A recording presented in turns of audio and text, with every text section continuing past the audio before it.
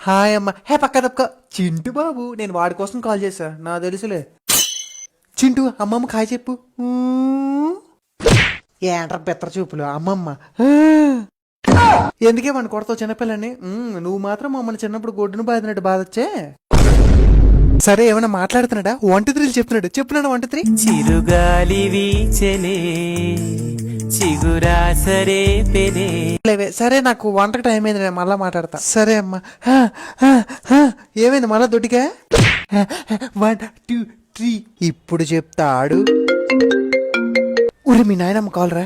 Hi అండి, బాగున్నారా? బాగున్నా అమ్మా. మీ మనవడితో మాట్లాడండి. మా ఆవిడ ఆఫీస్కి వెళ్ళాడమ్మా. వెళ్ళాడండి. బాక్స్ పెట్టావా? పెట్టానండి.